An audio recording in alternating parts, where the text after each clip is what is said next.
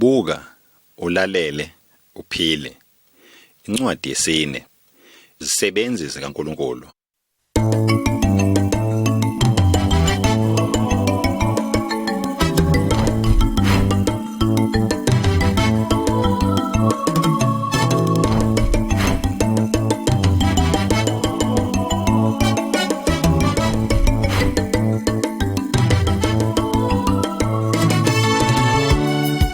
Buka, ulalele, uphile. Incwadi yesine. Izisebenzi zikaNkulunkulu. Isingeniso. Sanibonani izihlobo. uNkulunkulu nothando unakela wonke umuntu, ikakhulukazi kulabo abamthobelayo bamkhonza. Lalelana kwenzeka eminyakeni edlule, njengokubhaliwe encwadini kaNkulunkulu eBhayibhelini. Nibuke umfanekiso encwadini eliphuzi. Uma uzwa umsindo,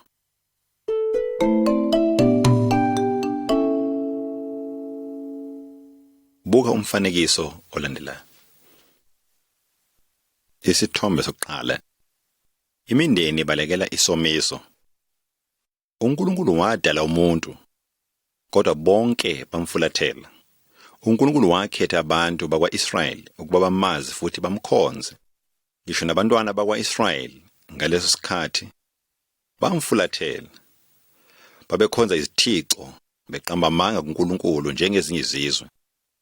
uNkulunkulu waletha impi nendlala kubantwana bakwa-Israyeli, ngoba wayezama ukuba babuyele kuye. Ngesikhathi senhlupheko, omunye wemindeni wakhetha ukuya kwelinye lamazwe aseMowabi ukuyofuna ukudla. Iminyaka eyishumi behlala kwamanye amazwe. Ubaba wafela lapho. Amanye amadodana ashada athola amakhosikazi kwaMowabi. Nawo ashona. Umama washiyeka namadodakazi amabili kumazwe angaphandle.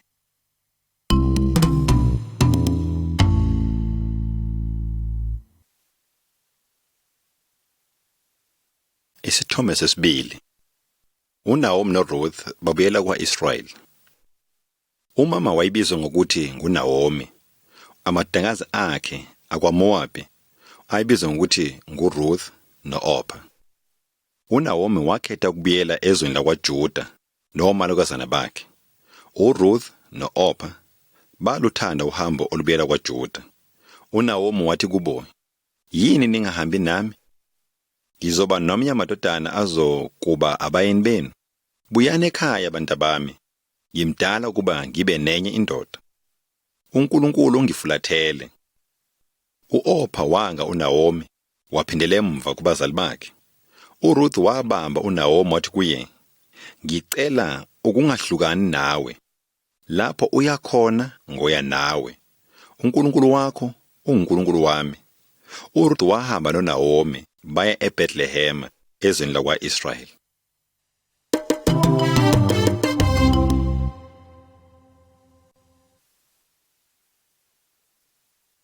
Isithombe sesithathu. uRuth ukhothoza emasimini. Emva kokuba sebebuyile ezweni laseBethlehem, uRuth wathi kuNaomi, "Wothi ngihambe ngiye ensimini ukuyokhothoza emva kwabavuni." uNaomi noRuth babehlupheka. Wahamba waya ensimini lapho abanye babevuna khona ukolweni. Umnikazi wensimi kwakunguBowazi. Wabuza izisebenzi zakhe ngonkosikazi engayazi insimi. Omunye wazo wathi, "Indodakazi kaNaomi ebuye naye ezweni lakwaMowabi." uBowazi wathola ukuthi ube usizo kangakanani kuninazala wakhe. Wabona futhi ukuthi ube yisisebenzi esihle. Wathi kuRuth, wathi kuye, "Hlala lapha nezisebenzi zami zamantombazane. Ubheke emasimini lapho amadoda evuna. Ulandele amantombazane ngasemva." Watshela amadoda ukuba angamlimazi, ubashiyela ukolweni ukuba badle ndawonye. Kwathi uNaomi watshela uRuth ngobubele bukaBowazi. uNaomi wathi, "uNkulunkulu umbusisile, ungumhlobo wethu omkhulu."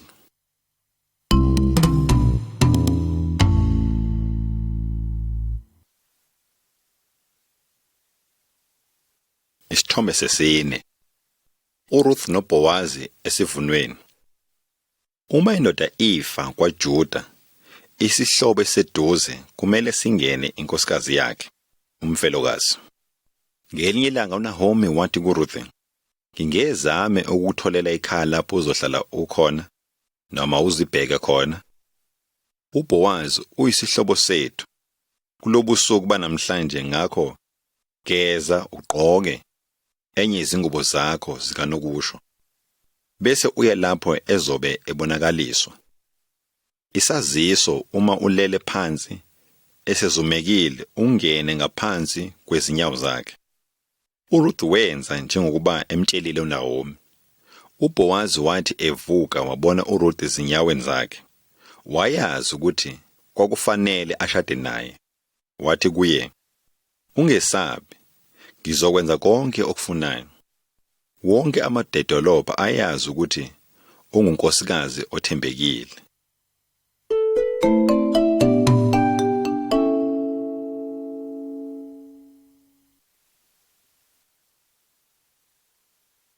Isithombe sesihlanu. uBowazi nabaholi baseBethlehem. uBowazi wabiza abaholi abayishumi esangweni laseBethlehem.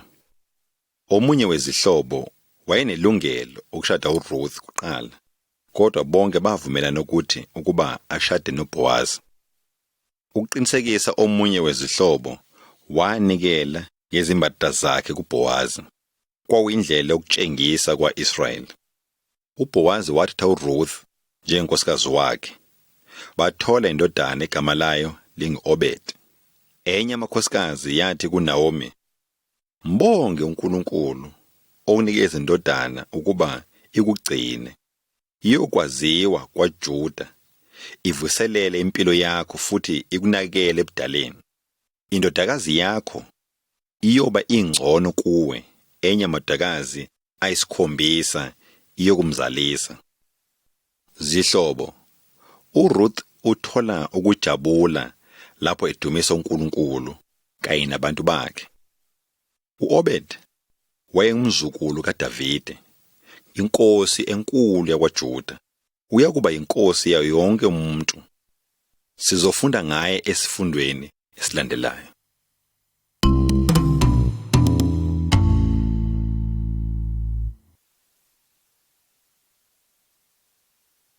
Isithombe sesithupha. uMaria nengelosi kaNkulunkulu. Kuleyo minyaka eminingi emva kwaRuth, uNkulunkulu wakhetha omunye wabesifazane ukuba amkhonze. Igama lakhe kwakunguMaria. Wayethembekile njengoRuth. Wayethembisa ukushada nendoda ogama layo linguJosefa. Ngaphambi kokuba bashade, ingelosi kaJehova yafika kuMaria yathi, "Ungesabi, Maria, uthole usizo phambi kaNkulunkulu. Uyozala indodana uyiqambe igama lokuthi uJesu. Iyakuba indodana kaNkulunkulu. Umbuso wasezulwini nasemhlabeni awuyikuphela." uMaria wathi engelosini, "Ngiyisisebenzi sikaNkulunkulu, mawube kimi njengoba ushilo."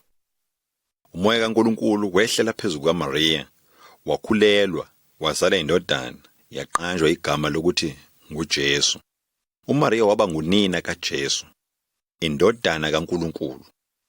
Ngokuba uMaria wayeuthobela umthetho kaNkulunkulu, umsindisi uJesu wazalwa nguye. Uma sithobela umthetho kaNkulunkulu, uyosenzela izinto ezinkulu.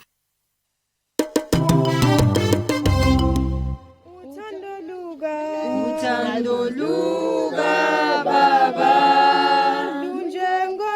lunjengolwandle bo, lubanzi lujulile, yazeka yini pho, lwafinyelela kimi ngisezonweni zami, alwazelwa ngidlula, lwangisindisana. O Baba ngiyabonga nangenhliziyo yami, ngiyavuma ngithi ungumsindisi wami ngizokwethemba njalo ngisesemhlabeni ngizokukhonza futhi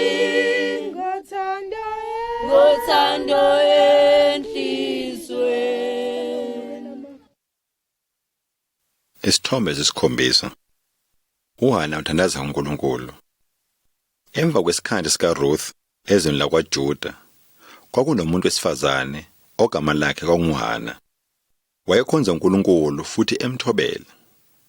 Umyeni wakhe wayemthanda kodwa uHana wayengabatholi abantwana. Njalo babeya endlini kaJehova ukuyokhuleka. Wathatha umnikelo wanikela kuJehova. uHana waya endlini kaNkulunkulu wathi, "Uma ungangikhumbula unginike indodana, ngiyakuyinikezela kuwe ezinsukwini zonke zokuphila kwayo." Izindebe zazinyakaza ekhuluma noNkulunkulu, kodwa wayengezwakali umsindo wezwi lakhe. U-Eli isikhonzi esikhulu wambona. Wayecabanga ukuthi uphuzile, kodwa uJehova wawuzwa umkhuleko kaHana. Emva kwesikhathi wamnika indodana. Yabizwa ngokuthi nguSamuel. Zihlobo, uNkulunkulu ungubaba wethu wasezulwini. Uma simthanda, siyocela yonke into esiyifunayo. uNkulunkulu uyazi into efunwa ngumntwana wakhe, futhi uyakunika uma sicela egameni likaJesu lesi sipho esihle.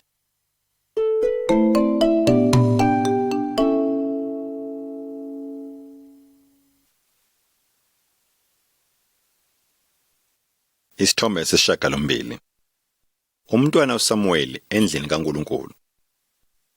Ngesikhathi uSamuel engumfanyana omncane, uHana wanikela ngaye kuNkulunkulu. Wamthanda ukuba ahlale noEli ethempelini eShilohi. U-Eli wayefundisa uSamuel ukhonza uJehova. U-Eli wayenamadodana amabili, ayezikhonzi kaJehova, kodwa benezono kuJehova. Ngakho uJehova wayeka ukukhuluma nabantu bakhe ngenxa yabo. Ngenye imini uSamuel wayelele endlini kaJehova, kuthe kusenjalo wezwa into imbiza. Wagijima waya ku-Eli wathi, "Ngilapha. Ubungibiza?" Kepha u-Eli wathi, "Cha, angizange ngikubize. Hamba uyolala." Lokhu kwenzeka izikhathi ezintathu. U-Eli wakhumbula kuba uNkulunkulu. Wabiza uSamuel wamtshela ukuthi uma ephinda embiza aphendule athi, "Ngilapha Nkosi. Yimi isisebenzi sakho, ngilalele." uNkulunkulu wakhuluma noSamuel izinkathi eziningi, waba isikhonzi esikhulu. Waba ngumprofeti kwaJuda. Uma uJehova esababiza abantu bakhe, mabasabele bamkhonze njengoba wabiza uSamuel. Masimlalele uJehova, sikhonze izwi lakhe.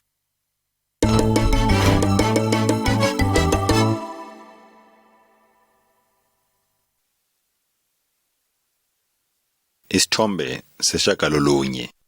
uSamuel uthandazela uIsrayeli. uNkulunkulu wajezisa amadodana kaEli ayebulewe empini nama-Israyeli eqilazwe ngamaFilisti. Eminyakeni engama-20 amaFilisti aphatha abantwana bakwa-Israyeli. Wathi uSamuel kubantu, "Uma niphindela kuJehova ngezinhliziyo zenu, khiphani onkulunkulu bamanga, nizihlanganise noNkulunkulu weqiniso, nimkhonze yena yedwa. Uyakunikhipha ezweni lobugqila ezandleni zamaFilisti." Ama-Israyeli amkholwa uSamuel. Baya endaweni eyodwa bonke. uSamuel wenza umhlatshelo kuJehova, wathandazela ama-Israyeli. AmaFilisti ahlangana ukuhlasela u-Israyeli, kodwa uNkulunkulu wathumela isiphepho esikhulu. AmaFilisti aba nokwesaba okukhulu, no-Israyeli wanamandla ukubanqoba. uNkulunkulu uliphethe lonke izwe. NginguNkulunkulu uJehova wenu. ningalaleli abanye uNkulunkulu ngaphandle kwami ningabakhonzi.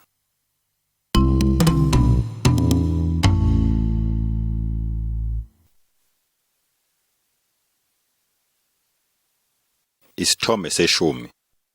uSamuel ugcoba uSawuli ngamafutha. uNkulunkulu wayenguNkulunkulu weqiniso ama-Israyeli, noSamuel ngaphansi koNkulunkulu wahola abantu. Ngoba ezinye izizwe zinamakhosi azo, ama-Israyeli ayefuna umuntu ozoba inkosi yabo. uSamuel akazange kumthokozisa uma ezwa lokho. Kodwa uJehova wathi kuye, lalela konke abantu abakushoyo. Akuwena abakukhethe njengenkosi yabo, kodwa mina. Kwakukhona indoda ebizwa ngokuthi uSawuli. Wayemude ebukeka kahle. Ngelinye ilanga uSawuli wavakashela uSamuel. Ngenkathi uSawuli eza kuya uNkulunkulu wathi, lona indoda uzophatha abantu bami. Ngakho uSamuel wathatha indishi yamafutha. Wathela indishi yamafutha ekhanda likaSawuli. Lolu uphawu akhonjwa ngalo kuba abe yinkosi. Eminyakeni engama-40 uSawuli waphatha njengenkosi yakwa-Israyeli.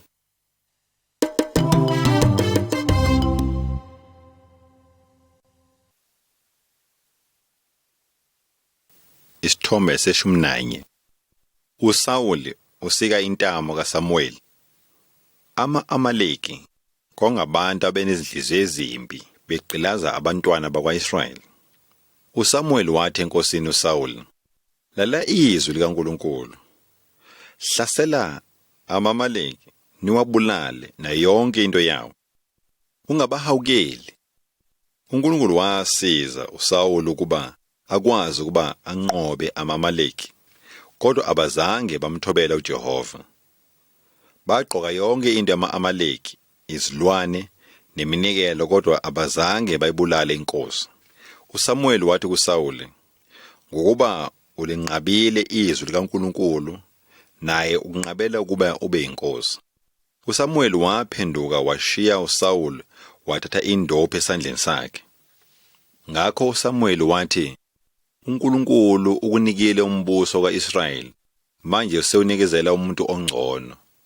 Bongani uSawuli wazinikela kuNkulunkulu, wayengamthobeli. uSamuel wayemkhonza futhi emthobela impilo yakhe yonke. uNkulunkulu uthi umuntu yomkhonza futhi amthobele, naye uyakumthobela.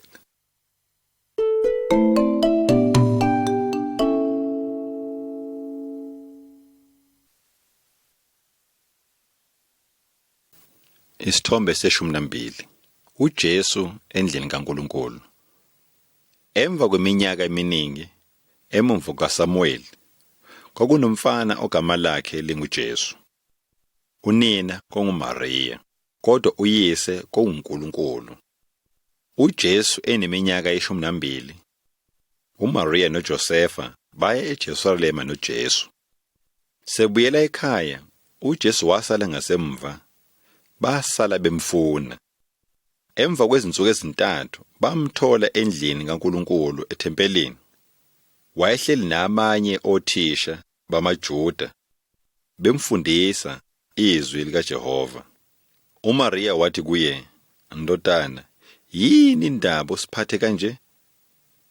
Besikhathazekile ngawe. Kepha uJesu wathi, beningazi ukuthi bengisendlini kaBaba? Ngesikhathi uJesu esengumfanyana wayazi ukuthi uyokhonza uJehova.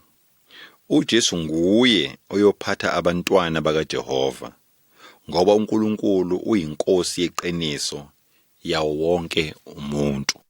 Bheka ezulwini, bheka ezulwini, lapho kukhona umsindisi wethu owasifela, lapho kukhona umsindisi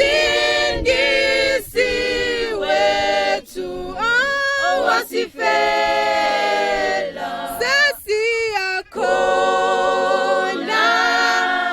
ezulwini sesiyakhona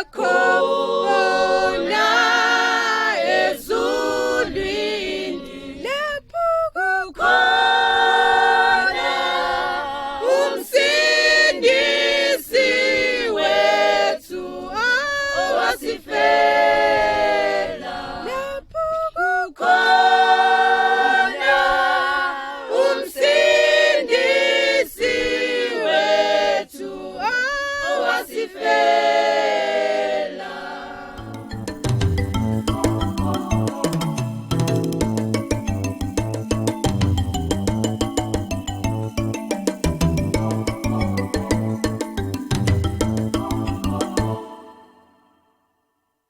Isingeniso.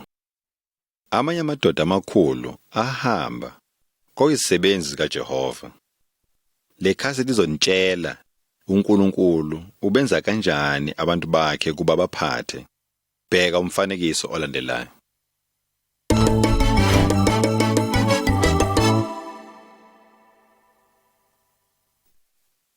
Isithombe se-13. uDavide umalusi nesibindi. uSawuli wayeyinkosi yokuqala kwaIsrayeli, kodwa waqhubeka engayithobeli imithetho kaJehova.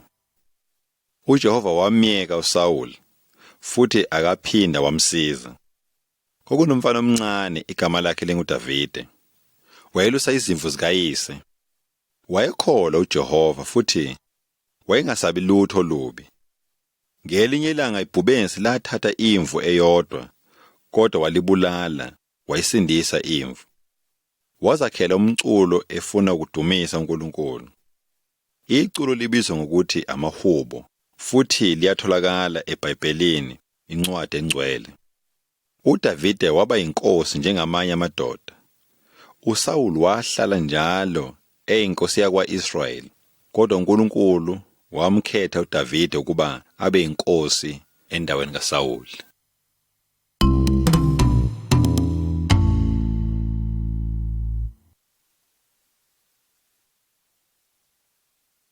Isithombe se-18. uDavide noGoliathi. Kwakunempi phakathi kwamaFilisti nabakwa-Israyeli. AmaFilisti ayenendoda egama layo kwakunguGoliathi. Wayitshela ama-Israyeli ukuthi abakhethe enye amadoda ezokwazi ukulwa naye imbulali. Thina siyoba izisebenzi zenu, kodwa uma ngimbulele niyakuba iziqila zethu. Amada kwa-Israyeli ayemsaba uGoliathi. Akekho owayengalwa naye. Umfana omncane uDavide wathi, "Ngubani lo mFilisti ongamazi uNkulunkulu? Ngeke ahlukumeze isizwe sika-Israyeli." uDavide wayengamsabi. Wayazi ukuthi uJehova uzomsiza ukuba akwazi ukunqoba isiqhwaga. uDavide wathabatha isihlilingi sakhe netshe wakujikijela ekhanda likaGoliathi. uGoliathi wawela phansi. uDavide wagijima waya kuye, wathatha inkemba yakhe, wamnqamula ikhanda. Ama-Israyeli amnqoba kanjalo uGoliathi. Uya kubathobela ababuthobelayo.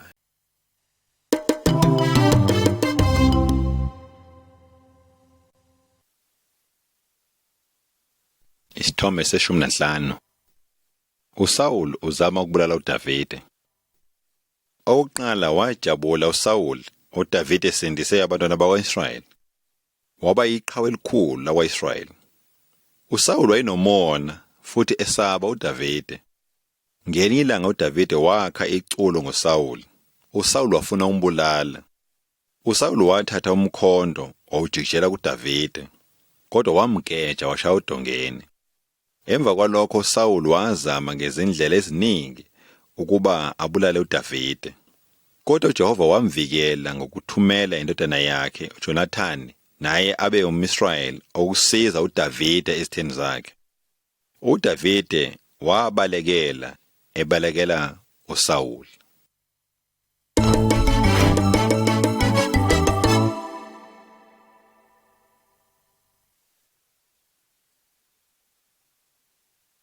Isithombe se-16. uDavide ucabangela impilo kaSawuli. uSawuli wahamba wayohlasela uDavide ehlane. Ngobunye ubusuku uSawulelele, uDavide nabangani bakhe bamashayi bafika lapho uSawuli wayehlala khona. Abashayi bafuna ukumbulala, kepha uDavide wanqaba. uDavide waye ngasekhaya likaSawuli, wathatha umkhonto wakhe nesigubhu samanzi, wahamba nawo. Kwathi esephumile ehlane wamemeza uSawuli efuna ukubavusa. Walizwa uSawuli izwi likaDavide, wavuka. Wabuza umkhonto wakhe nesigubhu samanzi kuAbneri, kepha naye wayilele engayigadile inkosi. Emva kalokhu wathi uDavide kuSawuli, njengoba ungazanga lutho empini, kepha uJehova uzuzile umphefumulo wakho.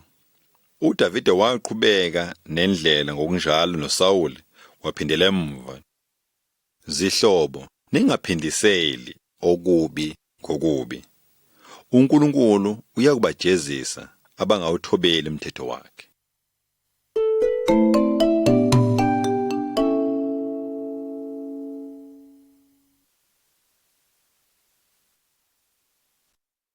Isithombe se-17. uDavide uba inkosi. Abuya futhi amaFilisti azolwa no-Israyeli. Inkosi uSawuli nendodana yakhe uJonathani nabafowabo bafa empini. Benza uDavide waba inkosi yakwa-Israyeli. Wakha ithempeli lakhe eJerusalema entsha. uNkulunkulu wathi kuDavide, ngikuthathe ulusa izimvu ngakwenza inkosi yakwa-Israyeli. Ngizokwenza inkosi enkulu, njengendoda enkulu emhlabeni. uNkulunkulu wamenza uDavide waba mkhulu namandla okuhlula izitha zakhe.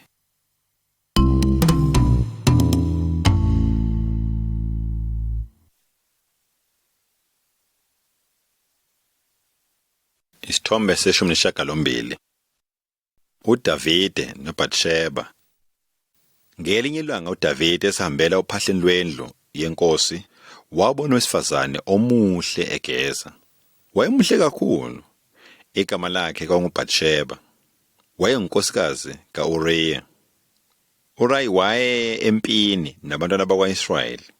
uDavide wathumela umbiko ukuthi angabuyi, wasiba neqiniso lokuthi ufile. uDavide wathatha uBathsheba kuba abe ngumkakhe, kodwa isenzo sakhe azange sibe sihle kuNkulunkulu. Indodana yabo yokuqala yashona. uDavide wacela uxolo evuma akwenzile. Umthetho kaNkulunkulu uthi ningabulali.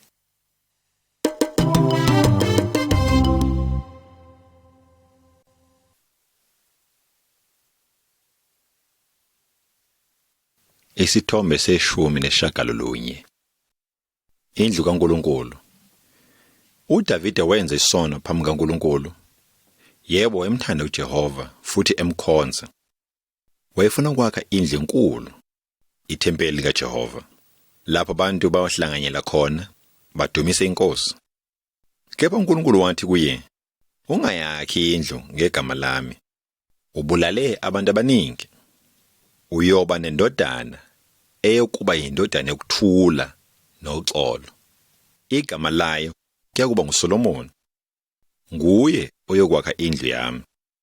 uDavide walungisa izinto eziningi ngaphambi kokuba afe, kodwa nguSolomoni owakha indlu kaNkulunkulu. Indlu yayinhle kakhulu. Yathatha iminyaka 7 ukuyakha. Abantu bakwa-Israyeli bamkhonza kuleyo ndlu uNkulunkulu eJerusalema. Abazange bakhohlwe ukuthi uDavide kwakunguye inkosi yabo.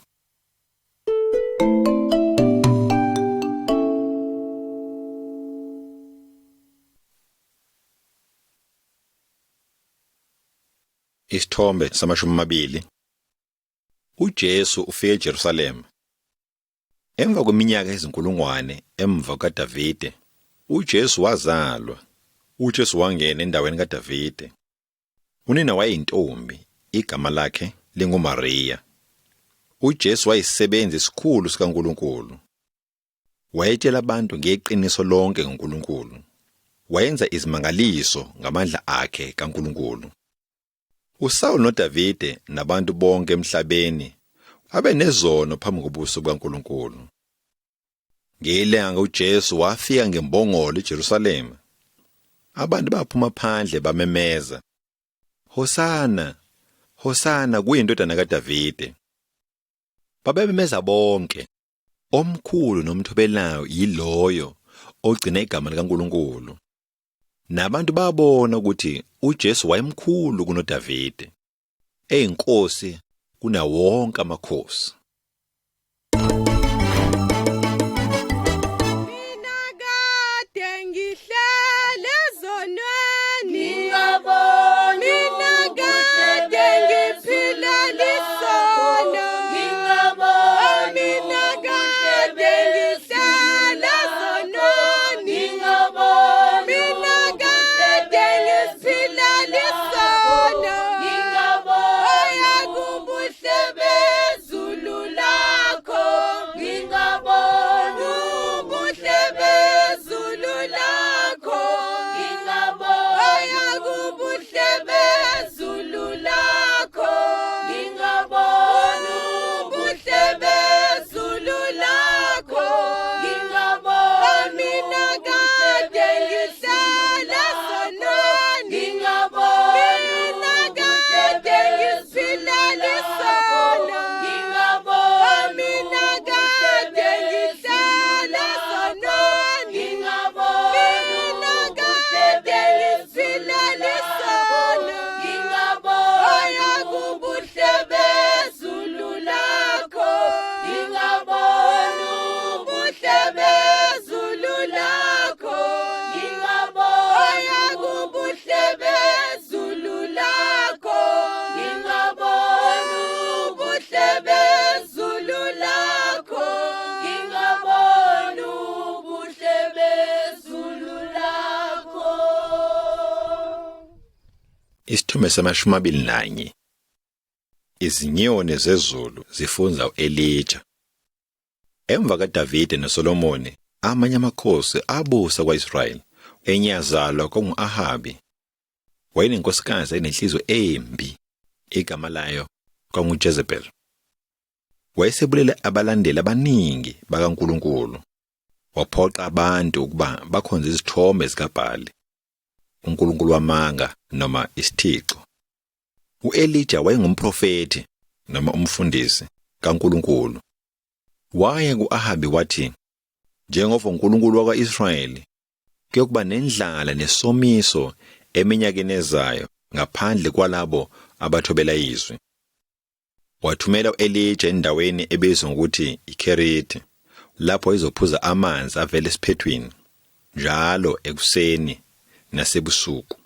Izinyoni zezulu zaziletha inyama nesinkwa ukuba adle.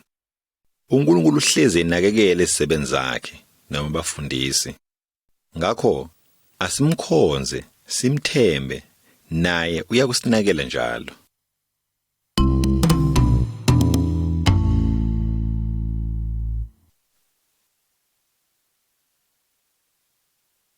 Isithombe sama-22.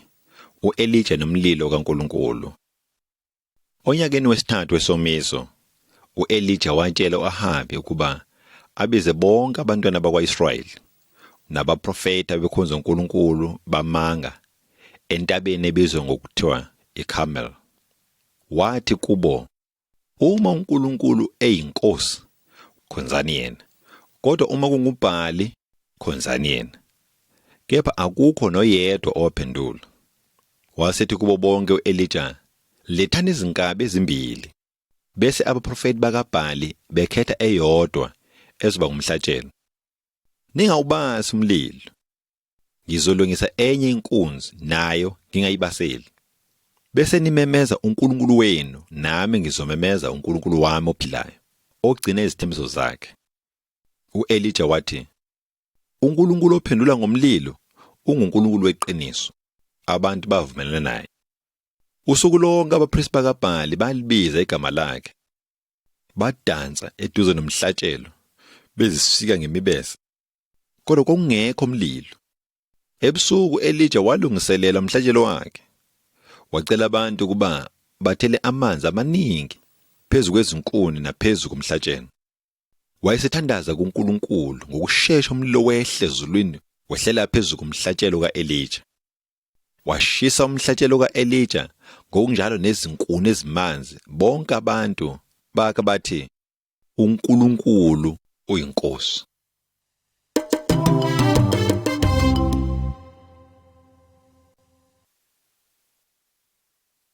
Isithombe sama-23. uElija uya ezulwini. uElija wabolela bonke abaprofeti bakaBhali ngoba bengabaqambamanga. Ngakho-ke inkosikazi yenkosi u-Ahabi uJezebeli yazama ukubulala uElija. Wayesaba, wabalekela endaweni ethize lapho uNkulunkulu wahlangabezana noElija. Emva kwalokho uNkulunkulu wakhuluma noElija. Ngaleso sikhathi wayengasesabi, waqhubeka nokufundisa abantu ngoNkulunkulu weqiniso. Ngokuthanda kwaNkulunkulu, uElisha waphenduka umsizi kaElija. Ngalolo suku bahamba ndawonye, iswengu somlilo sangena phakathi kwabo. Ngokunjalo uNkulunkulu wahlwitha uElija wenyukela ezulwini ngaleso swengu. uElisha akaphindanga wambona uElija.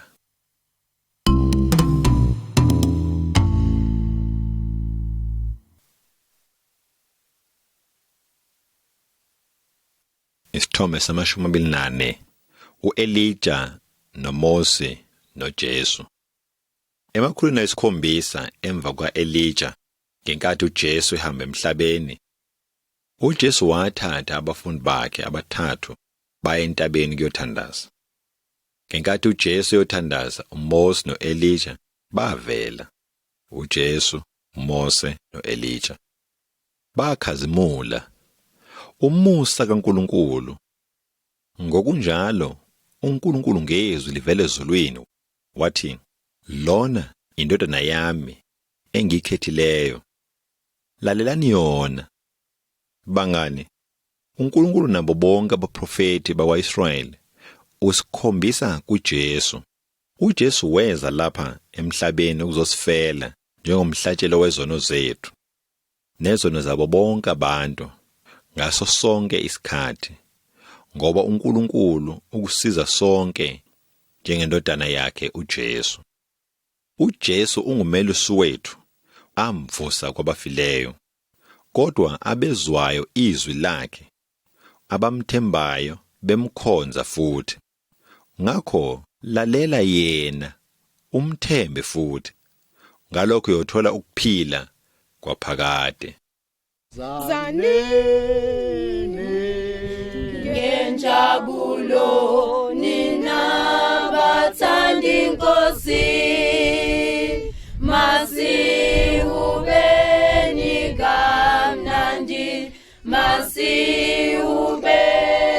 kamnandi, sisiphahle isihlalo sobukhosi. Zion, Zion, Zion,